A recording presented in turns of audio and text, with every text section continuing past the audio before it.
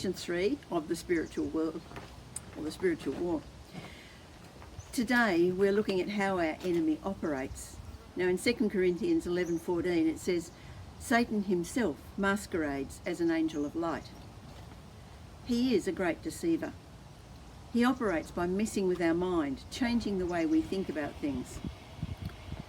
If we read the story in Genesis of Adam and Eve, he began saying to Eve, did God really say you couldn't eat of any of the trees in the garden?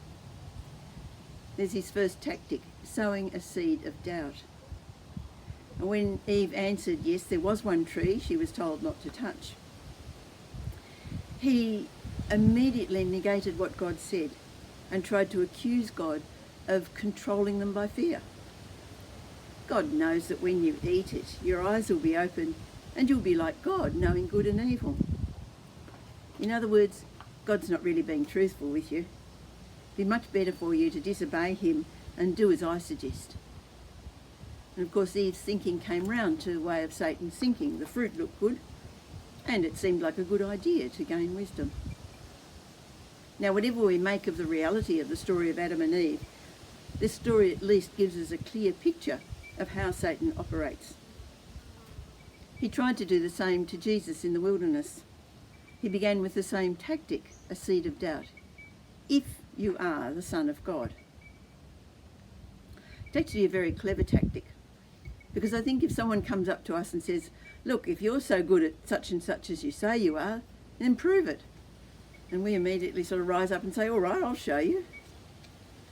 Something in us responds to questioning who we are or what we can do, and we want to take on the challenge.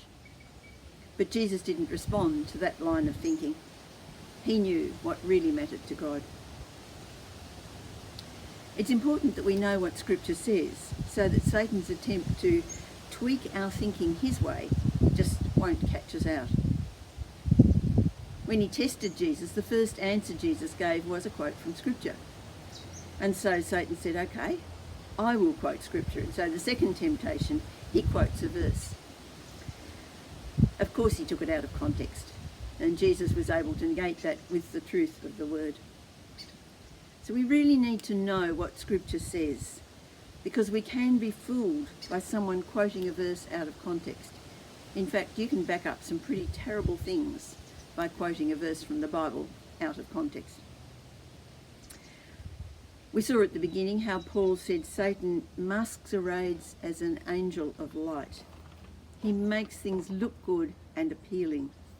Otherwise we wouldn't fall for what he's offering.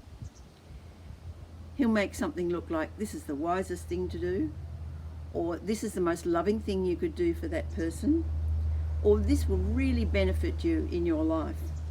And so we go along with it. Really our only defense against that is to be close to God, so that we know what he wants and we can see through the temptation. Another tactic he uses is accusation. Revelation 12:10 says, the accusers of our brothers and sisters, who accuses them before God day and night.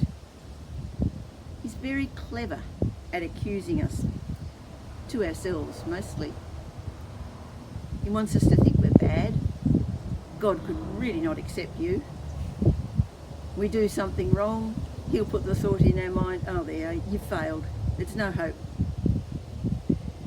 Our only defence, again, is to be close to God, so that we really know his love for us and we really know the power of forgiveness when we confess something. If we know the sorts of things that our enemy is likely to do, then we can be alert to what he might be trying to do to us.